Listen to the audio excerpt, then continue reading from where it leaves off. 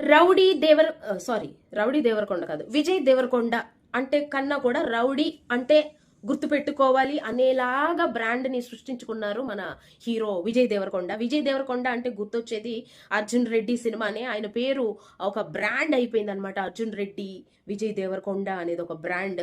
So అదే విధంగా ఒక మంచి బ్రాండ్ సృష్టించుకున్నారు విజయ్ దేవరకొండ. సో రీసెంట్ గా వచ్చిన గ్లిమ్స్ నిన్ననే చూసాను నేను కూడా. గ్లిమ్స్ అయితే వచ్చేసినాయి. రౌడీ జనార్దనే అనుకుంటా, రౌడీ జనార్దన్ అనేసి. అసలు ఎంత టెరఫిక్ గా ఉందంటే గ్లిమ్స్ 80s స్టోరీ అనుకుంటా. అసలు విజువల్స్ అయితే మామూలుగా లేవు. ఆ గ్లిమ్స్ చూస్తుంటేనే అర్థమైపోతుంది సినిమా ఏ రేంజ్ లో ఉంటుంది అని.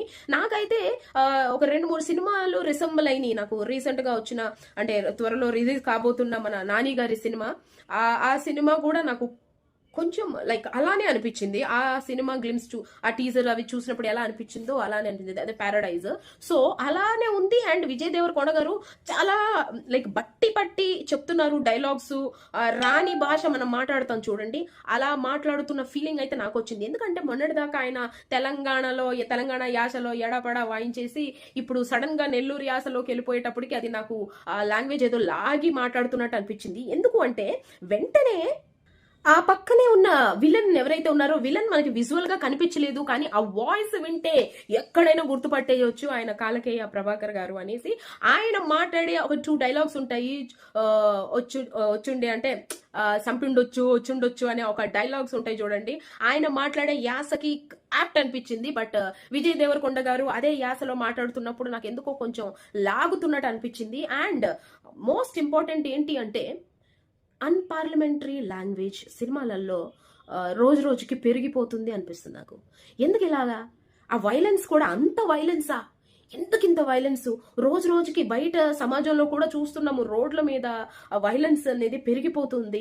మరి అలాంటప్పుడు సినిమాల ద్వారా నేర్చుకుంటున్నారు అని చాలా మంది అనే మాటల్ని నిజం చేస్తున్నట్టు ఎందుకంత వైలెన్స్ ఇస్తున్నారో నాకు అర్థం కావట్లేదు.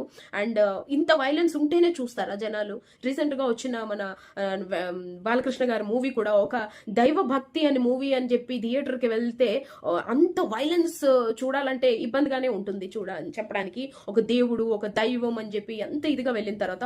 సో అదే విధంగా ఈ మూవీ కూడా ఇంత వైలెన్స్ మామూలుగా లేదు. అండ్ నాకు ఎందుకో అతనికి సూట్ కాలేదు అన్న ఫీలింగ్ వచ్చింది నాకు. ఎందుకంటే అతను ఒక రొమాంటిక్ హీరోగా, ఒక అర్జున్ రెడ్డి, అలాంటి అర్జున్ రెడ్డి తర్వాత ఆయన ఏ మూవీ చేసినా నాకైతే పెద్దగా అనిపించలేదు.